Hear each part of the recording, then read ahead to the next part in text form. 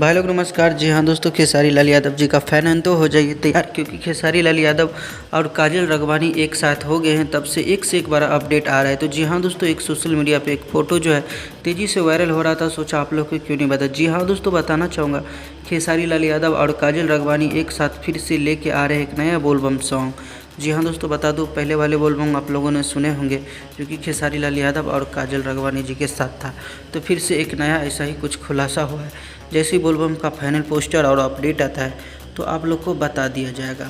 वैसे तो खेसारी लाल यादव और काजल राघवानी का एक फ़िल्म भी बहुत जल्दी आप लोग को देखने को मिलेगा। अगर ऐसा ही अपडेट चाहते हैं तो चैनल को सब्सक्राइब कर लीजिए, वीडियो को लाइक कर लीजिए। मिलते हैं फिर से नेक्स्ट वीडियो के साथ। तब तक के लिए अपना ख्याल रखिएगा और कल जो अपडेट आ रहा है उसके लिए तैयार रहिएगा। मिलते हैं फिर से नए वीडियो में।